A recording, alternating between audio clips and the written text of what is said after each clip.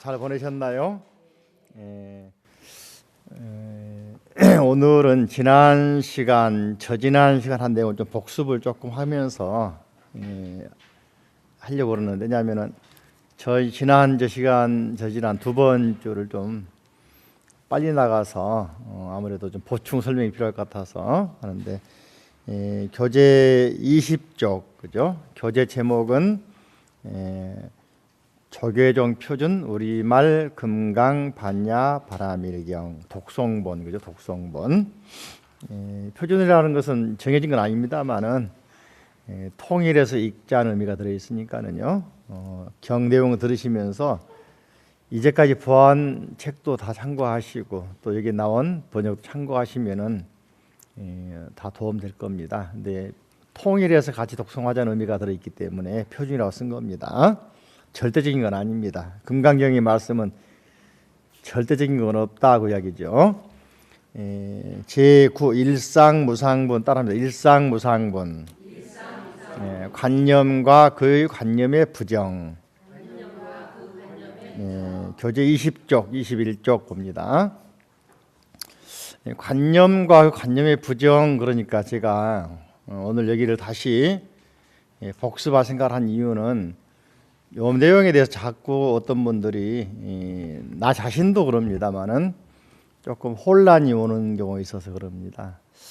예전에 먼저 일화를 말씀드릴게요. 우리가 중국 고전에서 가장 태평성대 시대를 요나라 때 순임금이라고 이야기를 합니다.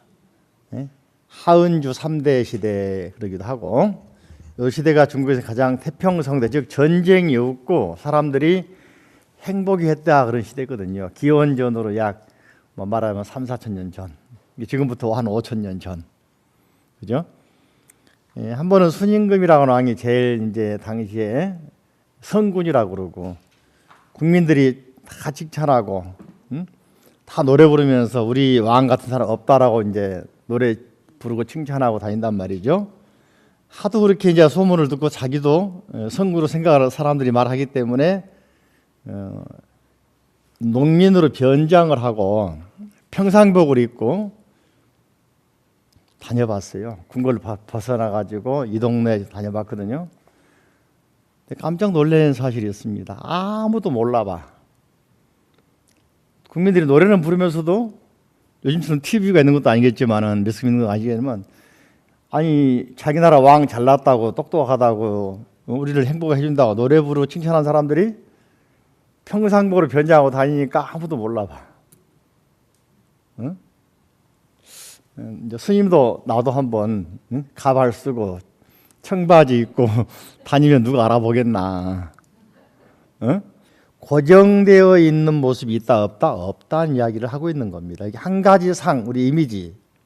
그러니까 실제로 이제 얼마 전에 누가 카톡으로 문자를 보내왔어요. 글을 보내왔어요. 어떤 성당의 신부님이 안식년 돼가지고 한 60대 되시는 분인 것 같아요. 안식년 돼가지고 1년 쉬면서 그동안 이제 신부님 생활만 쭉 했는데, 한번 일반 사회 사람들이 하도 어렵다, 취업이 어렵다 해서 1년 동안 뭘 할까 생각하다가 취업에서 일해보려고 직장 다녀봤는데 나이가 들었지 기술 없지 아무데도 이 면접 다 떨어졌다는 거예요. 소위 말하면 요즘 말하면 이제 취업이 그리 어려운 거예요. 그래서 할 수 없이 고속도로 휴게소에 이제 청소부로 취업했다는 거예요. 그러니까 신부님으로서 이 성직자이고 옷을 입고 있을 때는 다 신부님 하면서 존경하고 막 뭘 갖다 주고 아무런 뭡니까 없이 그냥 누구든지 존경받았는데, 청소하고 있으니까 지나가던 아줌마도 컵 어디다 버립니까? 쓰레기통 앞에 놔두고도 컵 버려주세요. 이런 식으로 대하고, 어떤 경우는 막 청소 제대로 안 욕하고 갈시하고 청소부라 해가지고 소위 말하면은 요즘 말하면 이제 청소부는 어리니까 다들 갑 행세를 하더라는 거예요. 무시하고. 그래서 1년 동안 체험하면서 정말로 그동안 몰랐던 사회에 대해서 너무 알았는데 너무 가슴 아프고 사람들이 겉모습 보고 평가를 하더라. 여러분도 이제 보면은 여러 가지 불리는 방법이 있잖아요. 여기 오시면은 학생이지, 그죠? 불자죠. 근데 식당 가면은 손님, 그죠? 또 집에 가면은 아버지, 어머니, 그죠? 아무튼 가는 곳에 따라서 여러분을 보는 관점이 달라지잖아요. 여기서 말하는 일상무상이란 말은 고정적으로 정해진 존재는 없다. 이걸 현대 과학자들도 그렇게 이야기를 합니다. 우리가 알고 있는, 제가 과학 지식은 많지는 않지만은 아주 미미합니다만은 이제 가끔 과학 어떤 잡지들이나 또는 다큐멘터리들이나 또는 그런 거 관심 가지고 보면은 아인슈타인이라는 사람이 유명한 이유가 이제 상대성 이론을 만들어 가지고 모든 걸 현재 다시 보기 시작했잖아요. 그 사람이 우리가 알고 있는 천재라고 그러고 대단한 학자지만은 당대에 살아있을 때 그 양반도 자기 이론을 부정당합니다. 우리가 알고 있는 아인슈타인, 세계적인 석학이고 천재고 세계적인 이론을 만든 사람이잖아요. 아인슈타인, 상대성 이론, 그죠? 또 우리가 알고 있는 뉴턴이라는 사람, 만유인력. 사실 이 사람 만유인력이 이게 중요한 게 아니라 그 사람은 역학을 여기 주역이 아니고 역학, 우주의 모든 존재하는 것들은 어떤 힘, 에너지에 의해서 움직인다는 걸 발견한 사람이거든. 그죠? 이런 사람이 있어가지고서 요즘에 우주선이 이제 우주도 가고 하는 거 아니겠습니까? 이 사람도 당대에 자기 대에 나이가 들어서 상당히 학문이 익숙한 시절에 젊은 학자로부터 비판을 당합니다. 응? 그래서 이제 뉴턴을 이제 기해서 뭐 근대 물리학 그러는데 현대 물리학 즉 아인슈타인 탄생하면서 싹 무시당해 버리잖아요. 그러다가 이제 아인슈타인 자신도 심지어는 바로 후배들에게 무시당하고 비판당합니다. 대표적으로 이제 양자 역학이라는 것을 설명한 닐스 보어라는 사람들이 있죠. 닐스 보어.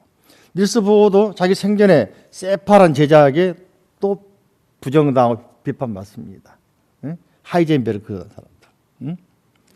등등 이렇게 하면서 지금은 이제 과학에서 뭐라고 하냐면은 예전에는 어떤 이론이 절대적이다 그러는데 요즘에 뭐라고 하냐면은요.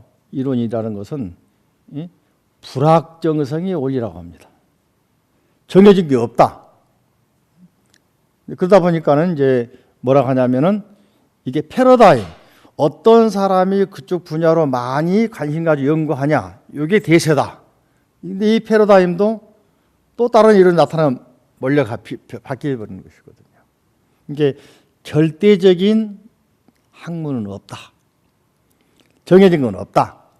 그죠? 항상 변한다. 이게 부처님 말씀의 핵심인 재행무상, 재범무화, 연기법. 그죠? 이게 이제 금강에 말하는 뭡니까? 응무소주. 정해진 바가 없다. 그죠? 이게 이제 기본적인 그런 입장인데 바로 여기서는 어떤 사람이 수다원은 다른 말로 뭐라 그랬죠? 예류. 성자의 흐름에 들어갔다. 예류 그랬죠. 또는 임류 그런다 그랬죠. 두 가지 임류향, 임류과 기억납니까? 해볼까? 임류향, 임류과, 예류향, 예류과. 성자의 어떤 부류 속에 들어갔다. 향해 갔다. 도달했다. 과, 향과. 그죠? 근데 이 수다원이라는 것도 뭡니까? 정해진 게 없다. 고정되어 있지 않다. 다시 수다원가에서 발심해가지고 수행을 더하면은 아나함으로, 아나함. 자, 122쪽 봅니다. 여기는 다른 말은 따라합니다. 일왕래. 윤회가 이제 마지막으로 한 번만 더 갔다 오면은, 저생 갔다 오면은 성자의 윤회가 끊어진다, 완전히. 그런 단계인데도 불구하고 일례라는 것도 고정되어 있는 것이 아니다. 일례향, 일례과 그랬죠. 다시 이제 도망가면은 이제 아나함, 불례. 이번 생을 마지막으로 오지 않는 불례, 불례향, 불례과 또는 불한과, 불한향, 불한과. 돌아올 한자 써가지고 이런 단계도 고정되어 있는 게 아니다. 이해되십니까? 또 이제 아라한. 아라한은 뭐라겠습니까? 번뇌가 없고 무루 다 끊어진 사람이죠. 그죠? 그래서 이 수보리를 아라한 중에서 무쟁삼매에 든 사람, 따라서 무쟁삼매에 든 사람, 또 이욕 아라한, 욕심을 벗어난 사람, 그죠? 또 이제 수보리는 아리안나행, 아리안야행 또는 아리안나, 인도말은 아리안야 그러는데 적정행을 즐기는 사람, 그죠? 아라한은 바로 이렇게 모든 윤회를 벗어나서 다툼이 없고 욕심을 벗어나고 고요한 행을 닦는 사람인데 이것도 고정되어 있는 게 아니다. 부처님께서도 인정한 부분이 뭐냐면은요. 예불문을 보시면은 10대 제자, 16성, 500성, 독수성이죠. 독수성. 독수성 다른 말로는 연각 그러거든요. 그게 부처님 이전이든 이후든 부처님 탄생하기 이전이든 이후든 불교를 몰랐든 알았든 간에 부처님처럼 이념법을 깨달은 사람을 연각, 이념법을 깨달은 사람. 인도 말은 벽지불. 그죠? 그러니까 연기법을 깨달았으니까 연각. 그래서 우리 부처님께서 뭐라고 하시냐면은 나 혼자 깨달음을 얻은 사람이 얻은 게 아니고 부처님 이전, 나 이전에도 수많은 성자들이 깨달았다. 뭘? 이념법을. 또 내 이후에도 수많은 제자들이 후배들이 깨달을 것이다. 이게 나보다 먼저 깨달았으면은 과거의 부처님들 3,000배 하잖아요. 과거의 천 부처님에게 이름 부르면서 한 부처님께 한 번 절하는 게 한 배, 1,000분에게 절하는 게 1,000배거든. 또 현재의 부처님에게 천 부처님에게 한 번씩 절하니까 1,000배. 미래에 또 천 부처님에게 한 번 절하니까 1,000배. 그래서 과거 부처님 1,000분, 현재의 천 부처님, 미래의 천 부처님 합하니까 3,000 부처님. 그래서 3,000배라는 말이 나온 것이거든요. 천이란 말은 많다 그런 말이에요. 수많은 부처님이 그런 말인데 상징적으로 천불. 그래서 대장경에는 천불 명호집 부처님 천부처님 이름도 나오고 있어.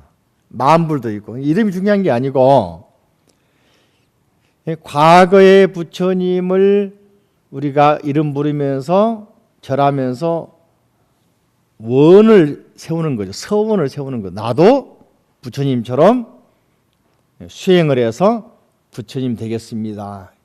요 내용 가지고 노래 부른 게 우리도 부처님처럼. 들어보셨나요? 정진하세, 정진하세. 그죠? 누구처럼? 우리도 부처님처럼. 그런 노래들이 그냥 나온 게 아니고 전부 다 이런 내용을 아니까 나온 거예요. 고정되어 있지 않다는 걸 알아야 한다. 그죠? 그런 말씀이 어떤 사물을 보더라도 현상을 보더라도 사람 보더라도 그 본질을 봐야지 변화한 모습으로 아니면은 고정되어 있는 모습으로 봐서는 안 되겠다. 어떤 그러니까 형색에 집착하지 말고 색, 성향, 미촉법에 집착하지 말라. 아시겠죠? 예. 자, 그 다음에 26쪽 보시면은 장엄 정토분 그죠? 그래서 불국토의 장엄 그랬거든요. 부처님께서 말씀하시기를 예적 연등 부처님 이야기 나오죠, 그죠? 다른 말로 이제 인도 말로는 디팜카라 해볼까? 디팜카라, 디캄파라. 번역하면 연등불 그러는데 다른 쪽에서는 이제 뭐라고 하냐면은 의찰에 가면은 정광열애, 정 선정의 정자에다 빛광 정광열애. 또 어떤 데 가면 말이죠. 부처님이 이렇게 있으면은 부처님도 불상도 있는데 탱화가 많이 있어요. 저도 이제 처음에는 그게 헷갈렸는데 어디 가면 재화갈라 부처님 그런 분이 있어. 들어봤나요? 그분이 바로 연등 부처님. 디팜카라 부처님 뭐 음을 따가지고 재화갈라 그런 거야. 번역하면 정광열의 연등 부처님. 과거 이분이 부처님에게 부처님 과거생에 선해라는 청년으로 살기도 하고 다양한 어떤 모습으로 살았는데 그때 정광열의 부처님께서 수기를 준 겁니다. 수기란 말은 애언한 겁니다. 요즘에 인가를 해준 겁니다. 미래세에 사바 세계에 인도에 태어나서 어떤 부처님 시대에 태어나가지고 출가해서 수행하다가 이름이 석가모니 열의 부처가 될 것이다라고 수기한 거죠. 그 애언해주고 수기하신 분 이름이 바로 여기 나와 있는 연등부처님. 또 인도 말로는 디팜카라. 다른 말로는 이제 음만 따가지고는 제화갈라 부처님. 번역하면 정광열의 부처님.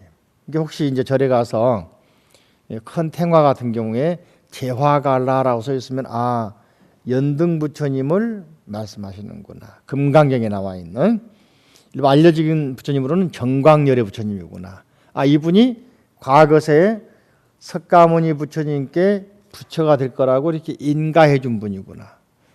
다시 말하면 여러분들 안목이 지혜가 있어야 되거든. 보는 눈이 있어야 되거든요. 이게 잘 될 나무는 떡잎부터 알아본다 하지 않습니까? 이게 수행 열심히 하고 공부 잘하고 있으니까 그 부처님이 대성 부르니까 미리 인가해 주는 거잖아요. 그죠? 근다고 그래서 어려서는 요즘 말로 천방지축이었는데 다시 커서 마음 잡고 잘 사서 있잖아요. 이게 어려서 모습만 가도 평가할 수는 없는 거 아니겠습니까? 그죠? 예, 그러니까 여기 있는 부처님은 과거 시절에 석가모니 보고서 이렇게 법을 설해주고 인가준 분인데, 근데 부처님이 뭐라 했냐면은 연등 부처님 초소에 법을 얻은 게 있는가, 깨달음 얻은 게 있는가, 진리를 전수받은 게 있는가 물어보니까 수보리가 없다고 했죠. 열애께서 부처님 초소에서 실제로 얻은 법이 없습니다. 그러니까 수보리여, 그 생각은 어떠한가? 보살이 불국토를 아름답게 꾸몄는가 물어봤죠. 꾸몄다고 집착하고 있거나 꾸민다는 것이 있다고 본다면은 집착으로 보는 것이다. 불교에서는 무주상이니까 어떤 집착하지 말고 고정관념을 갖지 말고 보라 그런 말이죠. 그죠? 그런 말을 하고 있는 것이 바로 장엄 정토분 내용이죠. 그래서 27조 보시면 아래 보시면은 그러므로 수보리여 27조 아래쪽 세 번째 나와 있죠. 그러므로 수보리여 보살마살은 이와 같이 깨끗한 마음. 무슨 마음? 항상 깨끗한 마음. 이 말은 바꿔 말하면 열린 마음. 어떤 마음? 그죠? 우리 손가락이 5개 있으면은 저 보세요. 여기에 가시가 베겼다고 합시다. 다 아프잖아요. 그죠? 이게 어머니나 부모 입장에서는 못난 자식, 말썽 많이 부린 자식일수록 더 마음에 더 간다 그러지 않습니까? 그래서 우리 한국의 어머니들의 특징은 뭐냐면은 잘난 자식은 그냥 놔둬도 잘 되니까 못난 자식을 더 챙기지 않습니까? 근데 못난 자식이 말썽꾸러기 돼가지고 천둥이 돼가지고는 온갖 또 동네 다니면서 말썽 다 부린다. 응? 그래도 이 엄마는 깜빵 가 있으면은 내가 대신 가면 안 되냐 물어보면 엄마예요. 마음이거든. 다시 말하면은 이런 것처럼 말이죠. 집착을 막 하고 있으니까 안 떨어져 나가는 거예요. 근데 불교에서는 잘난 놈은 잘난 대로, 그죠? 못난 놈은 못난 대로 각각 역할이 있으니까 바른 길로만 가도록 안내해주고 집착을 좀 놓아야 되는데 못 놓고 있지. 그죠? 그러니까 평생 마음에 짐이 돼가지고 이제 돌아가실 때까지 가는 건데 불교에서는 뭡니까? 형색에 집착하지 말고 마음을 내야 되고 소리, 맛, 냄새, 감촉, 그죠? 그래서 한자로는 따라할까 28쪽 봅니다. 맨 위에 응무소주 이생기심, 응무소주 이생기심, 머무른 바 없이 그 마음을 내라. 남미에 가면 중남미 쪽에 가면은 큰 개미핥기라는 동물이 있어요. 큰 개미핥기. 뇌는 조그마한데 입이 지처럼 뾰족해가지고 덩치가 큰 건 65kg 나가 꽤 크더라고요. 근데 중남미 가면 사막 지역이나 아주 그 무지의 불모지 땅에 보면은 흰 개미가 많이 살아가지고 개미가 우리 그 시골 가면 연통처럼 크게 집을 지어요. 근데 큰 개미핥기는 개미집에다 혓바닥이 탁 코가 되면 혓바닥이 한 60cm 뻗어갑니다. 막 넣어가지고 핥아 먹거든요. 생존 전략이 있더라고요. 한 개미집에 개미가 다 먹는 게 아니고 어려서부터 개미 엄마가 훈련시키는 모양인데 한 개미집에 3분 이상 머무르지 말라. 우리 같으면은 그냥 석이 팠으면 다 파버려야 되고, 응? 뭐 있으면 다 빨아먹고 그냥 옮겨가야 되는데 화전민들 다 태우고 해먹고 나가 도망가잖아, 그죠? 이게 다 책박해져 버리잖아요. 근데 개미 학교는 안 그래요. 한 개미집에 3분, 길어야 3분이야. 몇 번 핥아먹고서는 옮겨갑니다. 왜 그랬습니까? 개미가 살아야 살거든. 그래요, 안 그래요? 우리 사람들이 그랬으면 좋겠어. 우리 인간들은 그냥 직장 생활에 취직하면은 말이죠. 요즘 회사에서는 찐을 다 빨아먹고, 액기스 다 빨아먹고, 가장 일 잘할 20대 후반, 30대, 40대 초반 빨아먹고 40대 중반 되면 나가라 하잖아. 응? 그죠? 응? 그거 좀 아껴서 좀 평생 이렇게 발휘하게 만들어주면 좋은데, 예? 예. 그러니까 우리 사회에서 금강경을 좀 많이 읽어야 돼요. 안 그렇습니까? 응? 예, 서로 남을 존중할 줄 알고 또 우리가 이용을 했으면은 대가를 분명히 지불할 줄 알아야 되고 이렇게 공존 상생돼야 되거든. 그죠? 그러니까 개미하고 개미할기하고 천적이지만은 서로 어떻게 생각하면은 상생하는 거야. 그죠? 지나치게 개체수가 많아가지고 흰개미가 늘어나면은 창피하니까 큰 개미할기가 조절해주고 또 있음으로 해서 식량이 되는 것이고 개미도 보면은 너무 번창하면 멸망으로 가는 거잖아요. 응? 조절해주니까 자 개체수가 정리가 되고 바꿔 말하면 그죠? 이 모든 거 이렇게 보면은 상생 관계가 되었단 말이죠. 그죠? 우리도 한번 생각해 보시면서 우리가 남이 망하기를 바라지 말고 저 사람이 잘 때야 나도 잘 된다. 같이 공존할 수 있는 또는 불교 말하는 상생, 응무소주 이승기시 모든 게 집착하지 말고 항상 공생관계, 예? 그죠? 그렇게 했을 때 모든 것들이 정토가 장엄되는 것이지 억지로 성형수술하고 또는 산을 깎아내리고 자연을 개발하고 정벌해서 만들어진 게 아니다. 이해되시죠? 예, 장엄 정토 장엄한다는 것은 자연스럽게 마음에서 나와야지, 그죠? 억지로 되는 건 아니다는 이야기를 하고 있습니다. 그다음에 28쪽 보시면 11번 따라가 무의복 승분. 무의법이 뛰어난 공덕 그랬죠. 무의법은 형상도 없고 모양도 없고 소리도 없고 맛도 없고 무안이비설신의 무색성양 미촉 이게 바로 무의법이거든요. 한마디로 한 글자로 말하면 공사상을 말하는 것이고 연기법 말하는 것이고 여기서는 이제 무의법 뭐라 했냐면 금강경의 말씀 가르침 핵심 사상이 뭐다? 무의법이다. 진리의 말씀 이것이 바로 무의법이다. 아시겠죠? 바꿔 말하면은 우리 사회에 토요일 하는 개그 콘서트처럼 개그적인 풍자적인 이야기도 많이 있는 그 재미는 있잖아요. 근데 오래 남지는 않죠. 그죠?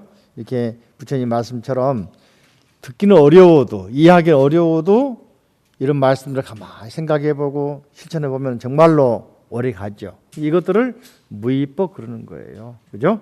그리고 이 무의법을 가지고 보시하고 네 가지라고 그랬죠? 따라 할까요? 예배, 찬탄, 존중, 공경, 공양. 그죠? 공경, 존중, 공양 같은 말이죠. 예배, 찬탄, 공경, 공양. 그죠? 이걸 수지, 독송, 서사, 해설. 한 공덕이 훨씬 크단 말이죠. 그죠?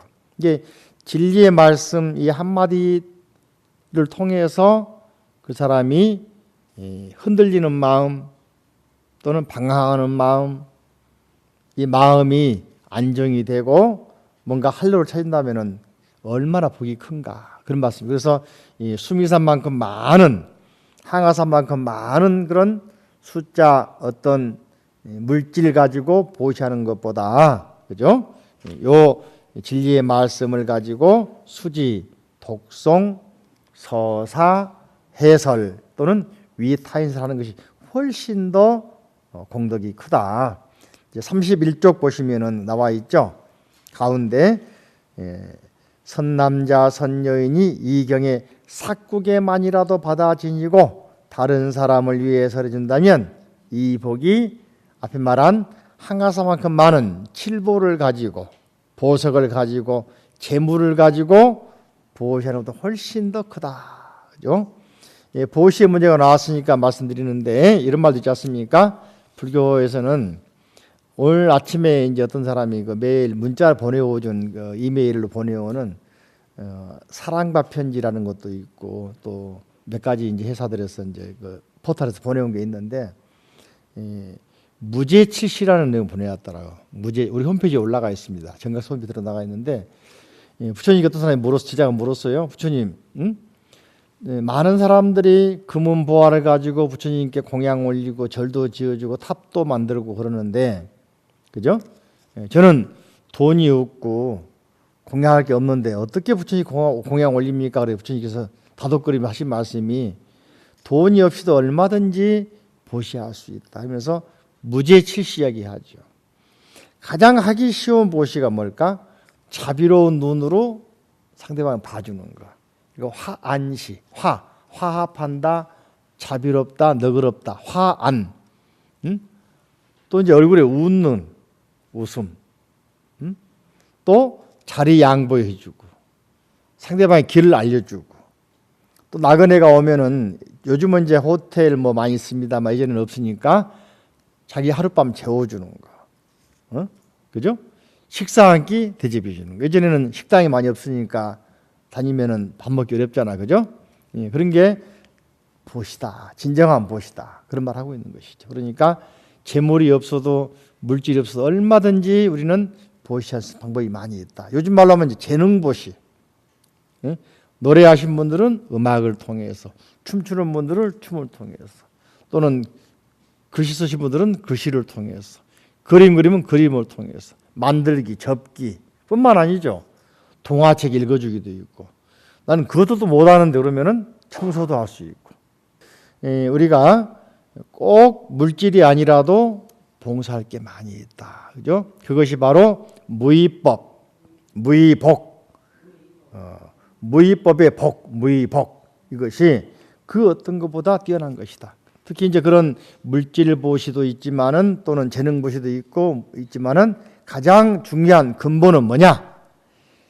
항상 마음속에 진리의 마음이 있어야 된다. 진리의 마음이 있다는 건 부처님 마음이잖아요. 보살의 마음이잖아요. 내가 있는 이유는, 부처님이 있는 이유는 중생이 있으므로, 의사가 있는 이유는 환자가 있으니까, 선생이 있는 이유는 제자가 있어, 학생이 있으니까. 없으면 필요 없는 거 아니겠습니까? 이게 부처님께서도 그러잖아요. 바로 중생들이 다 성불한 그날까지 나의 설법은 멈춰지지 않으리라. 그죠? 그 다음에 12번 30쪽 따라합니다. 존중정교분 정교 올바른 가르침을 존중해라. 우리 주변에 보면은 잘못된 가르침이 많이 판치고 있잖아요. 그죠? 점집에서도 부처님 모시고 있으면서 초파일에 등 달라고 그러고, 신문 보니까 요즘에 2030 그러면 20대 30대를 말하거든요. 대화할 사람이 없으니까 점집 많이 간다는 거예요. 점집이 변해가지고 요즘에는 카페라고 해요. 사주 카페. 그래가지고는 사주 카페에서 타로, 뭐 별점, 뭐 명리, 뭐 운 다 봐주거든요. 그러니까 누구의 그런 말 하면 소문 나는데 거기 가면 소문이 안 난다고 많이 간다고. 그래서 의외로 지금 동네에 카페라고 한 이름 가지고 우리 주택가 쪽까지 침투 들어온 게 소위 사주 카페입니다. 옛날에 미아리가 있었잖아요. 그죠? 요즘에 안 그러죠. 시내 한가운데 있습니다. 상가위가 있습니다. 왜 많이 생기겠습니까? 수요자가 많으니까, 많이 찾으니까. 그러겠죠? 커피집 많이 있는 이유는 많이 마시니까. 그죠? 그것이 많이 있는데, 근데 그 사람들이 조그만 제대로 불교를 알면 얼마나 좋을까 하는 아쉬움이 있더라고. 그죠? 그래서 우리가 정법을 제대로 안 스승 선지식, 참 우리가 귀한 줄 알아야 된다. 아시겠죠? 왜냐하면 그 시대의 정신이거든요. 우리가 달라이라마 스님에 대해서 열광을 하고 또는 교황에 대해서 열광한 이유가 뭡니까? 그분들만큼은 세속에 물들지 않고 중심을 꽉 잡고 있고 우리에게 메시지를 주지 않습니까? 그러니까 그분들에 대한 어떤 존경심이 존경하라 해서가 아니라 저절로 나오는 거 아니겠습니까? 바로 정법을 잘 지니고 있고 그분이라면 그래도 가장 올바른 가르침, 가장 바른 가르침, 정통의 가르침을 그래도 우리에게 설파하신 분이기 때문에 그렇다라고 이해하면 되겠습니다. 맞습니까? 그러니까 우리는 근데 그런 몇 사람만 특수한 사람만 정법 가지고 있는 게 아니고 나도 가지고 있다. 바로 여러분, 우리. 바로 그 정법을 배우려고 오신 분 아니겠습니까? 이런 자리를 귀하게 생각을 하고 이런 사람들을 귀하게 여기자. 존중하자. 그죠? 그래서 여기서는 금강경 사구계만이라도 설해지는 곳곳마다 어디든지 부처님의 세상에 모든 세상의 천신, 인간, 아수라들이 마땅히 공경할 부처님의 탐묘다, 사리탑이다. 하물며 금강경 전체를 받고 지니고 읽고 애우는 사람이겠느냐. 수보리여 이 사람은 33페이지 봅니다. 가장 높고 가장 경이로운 법을 성취할 것임을 알아야 된다. 이와 같이 경전이 있는 곳, 즉 진리가 있는 곳은 부처님과 존경받는 지자들이 계시는 곳이다. 이해되십니까? 그러니까 부처님께서 말이죠. 맨 처음 성불 하셔가지고 깨달아 먹고 나서 생각을 했어요. 내가 깨달은 정법을 과연 누가 이걸 믿을 것인가? 누가 이걸 알아들을 것인가? 생각해보니까 한 명도 생각이 떠오르지 않는 거예요. 왜냐하면 다들 어렵다 그러고 포기하니까. 그래서 부처님께서 아함경에 보면 그때의 고독한 심정을 이야기하잖아요. 내가 이 깨달은 법을 누가 알아들을 것이며 누가 이걸 수행해서 깨달을 것인가. 눈물이 나셨던가 봐. 그래가지고는 당신께서 열반에 들려고 했다고 하잖아. 열반이란 말은 이제 차라리 나 혼자 알고 그냥 끝내버리자 이런 식으로. 그때 사천왕이 나타나가지고서는 부처님께 맹서하잖아요. 그게 절에 가면 사천왕문이 있죠. 응? 뭐 지국천왕, 증장천왕, 이제 다문천왕 있잖아, 그죠? 이런 사천왕들이 날라와가지고서는 부처님께 울면서 권합니다. 그래서 범천권청, 따라해봐. 범천권청. 범천, 하늘에 있는 천왕들이 내려와가지고 부처님께 법을 설해주기를 권하고 청했다. 권할권, 청할청. 그 하는 이야기가 범천들이 뭐라 하냐면 부처님 깨달으신 진리를 인간들이 못 알아들으면은 알아듣는 사람 나올 때까지 우리가 그 법을 지키겠습니다. 절대 포기하지 마시고 법을 설해 주십시오라고 청했단 말이죠. 그때 부처님께서 마음을 되돌려 가지고서 중생 교화 생각을 하셨다. 그래서 이제 사천왕이 올린 공양 그릇, 바로 그릇에다가 공양 올렸다고 하잖아요. 그래서 공양을 올렸는데 그 그릇을 4개 포개 놓은 게 스님들이 공양 드시는 바루예요. 바루고 4개잖아요. 어시 바루, 천수 담는 거 바루, 국 담는 거, 또 마지막 설거지 쓰는 물 담는 거 4개. 이걸 포개 가지고 그때 바루 공양, 바루의 그 시작이 그때였다고 말하지 않습니까? 그래서 부처님께서 다시 원을 세워서 한 명이라도 깨달을 때까지 한 명이라도 알아들은다면은 내 평생에 포기하지 않겠노라고 생각하며 전도선을 하지 않습니까? 그래서 그 길로 이제 그 지친 몸을 이끌고 우리 같으면은 6년 고행하고 일주일 7일치를 안 먹었으면 파김치 돼가지고 늘어져가지고 못 일어날 건데 부처님은 그 길로 다시 힘을 내가지고 바라나시를 건너가지고 녹야원까지 약 200 몇십 킬로를 걸어가잖아요. 걸어가니까 함께 수행했던 부처님이 고행할 시절에 스승을 3명 만나거든요. 기본적으로 큰 스승을요. 많이 만나지만은, 예? 그죠? 그 중에 이제 한 사람이 알라라 칼라마라는 사람이 있고 또 우타카 라마푸트라는 사람이 있거든요. 마지막에 우타카 라마푸트라 만나가지고는 비상 비비상 전지라는 깨달음을 얻습니다. 비상, 생각할 수도 없고 생각이 아닌 것도 없는 세계. 가장 당시에는 최고의 깨달음을 얻은 것이죠. 그리고 금방 터득하니까 우타카 라마푸트라라는 성자 아래에 있던 제자들이 깜짝 놀라가지고 몇 명이 부처님과 함께 일행이 됩니다. 상당히 높은 경지에 오른 사람들이. 우리는 평생 수행했는데 석가모니는 시달타는 금방 터득하거든요. 그러면서 하는 이야기가 우타카 라마푸트라 찾아가지고는 스승님, 당신이 왜 지금 이렇게 명상, 무념무상을 수행합니까? 라고 물어보니까 우타카 라마푸트라가 천상에 태어나려고. 천상에 태어날 방법이다. 그러거든. 그래서 부처님께서 놀래가지고는 어떤 수행의 목적이 천상에 태어난 것입니까? 그러면서 이제 나는 천상에 태어난 게 목적이 아닙니다. 그러면서 자신 독자적인 수행을 하기 위해서 이제 빠져나오잖아요. 그래서 이제 고행을 그만두고 니련선화에서 유미죽을 드시고 다시 이제 붓다가야로 가셔가지고 벌써 올해 7일 7일 행진하시는데 그때 따라온 제자가 5명이거든요. 응? 예. 근데 그 사람들이 이제 부처님이 유미죽을 먹고 목욕을 하고 하니까 타락했다고 버리고 다시 그 사람들은 녹야원으로 가버린 거예요. 고행을 버리고 타락했다 이렇게 해가지고.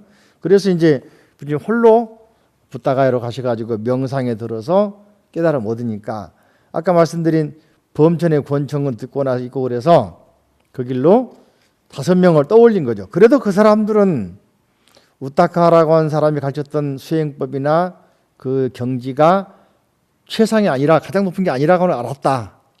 그래서 그 사람들은 내가 깨달은 수행법을 통해서 전달하면 하시더라고 확실히 생기는 겁니다. 확신이 생기는 겁니다. 그래서 그 먼 길을 걸어서 가시잖아요. 가셔가지고 찾아가니까 5명의 이제 수행자들이 수행하고 있다가 시달타가 온다는 말을 듣고서는 서로 이야기를 하죠.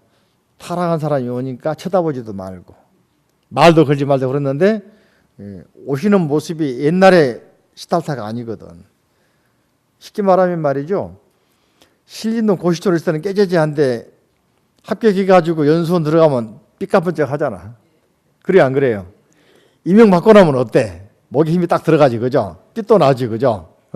그렇지. 부처님도 보니까 깨닫고 나니까 이제 형색은 그랬지만은 안광, 눈빛이 얼굴빛이 다르단 말이죠. 기품이 달라. 수행자일 때와 깨달을 때와 달라지는 거야. 그래서 자기들도 모르게 빨려 들어가지고 마중 나왔다 그러잖아요. 그래서 이제 부처님이 5명을 데리고 자기가 수행한 대로 명상에 지도를 합니다. 데리고 지도를 했어요. 3일 지나니까네 보통 한자는 교진녀 그렇게 말하는데 교진녀라고 하는 제자가 깨달은 거예요.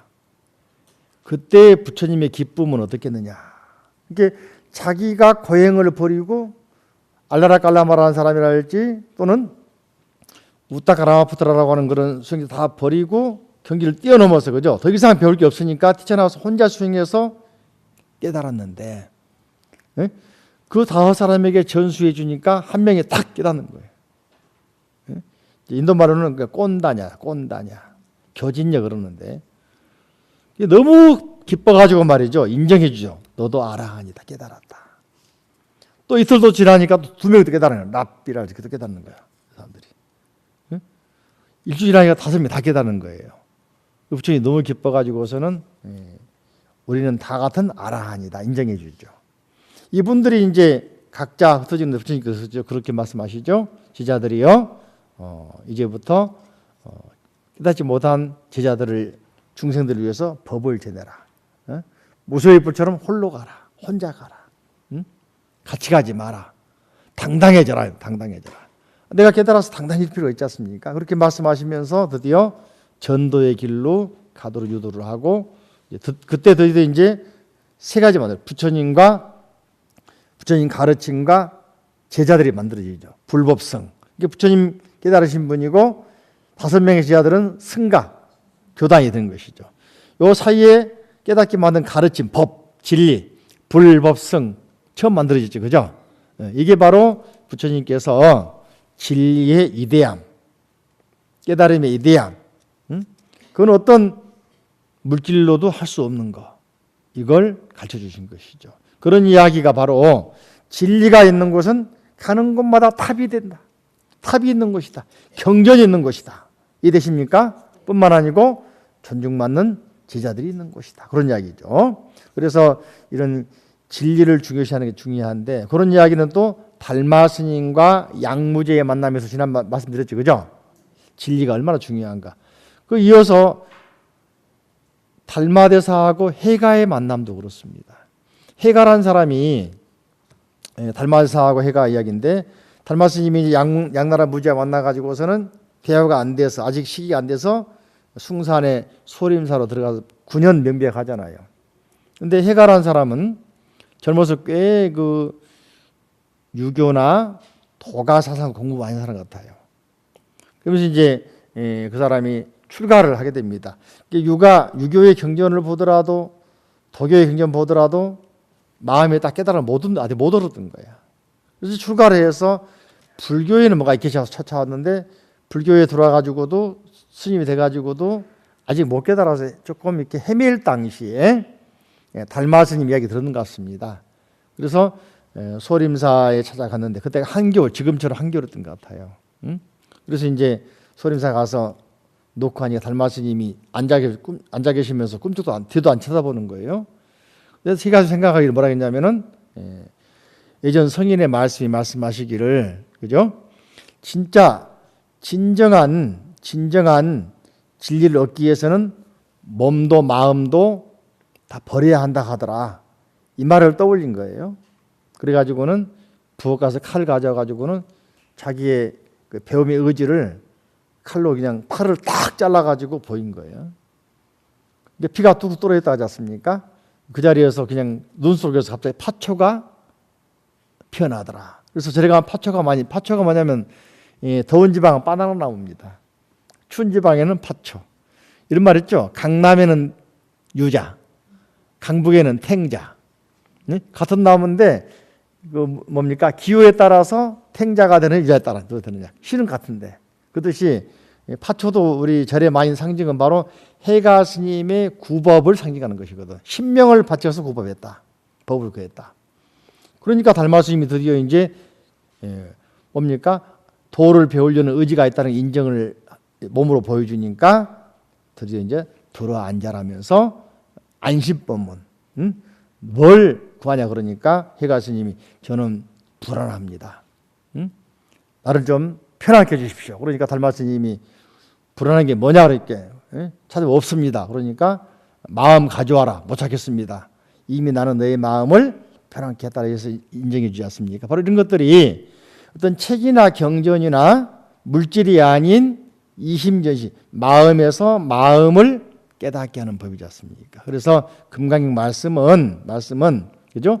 이 금강경의 의미, 무주상, 무념, 무주, 무상, 이런 의미를 터득한 곳, 그곳이 바로 탑이 있는 곳이요, 부처님이 계신 곳이요, 부처님의 존경받는 제자들이 있는 곳이다는 이야기를 하고 있는 것이죠. 이해되십니까? 그러니까 이런 진리가 있는 곳을, 또 이렇게 진리를 배우려는 모이는 사람들을 항상 존중하니까 우리가 절에서는 합장하시고 뭡니까? 성불하세요, 또는 보살님 부르는 이유는 보살이 되실 분. 나는 그러므로 여러분을 존경합니다. 자, 합장하시고, 부처님 감사합니다. 부처님 가르침에 감사합니다. 스님 감사합니다.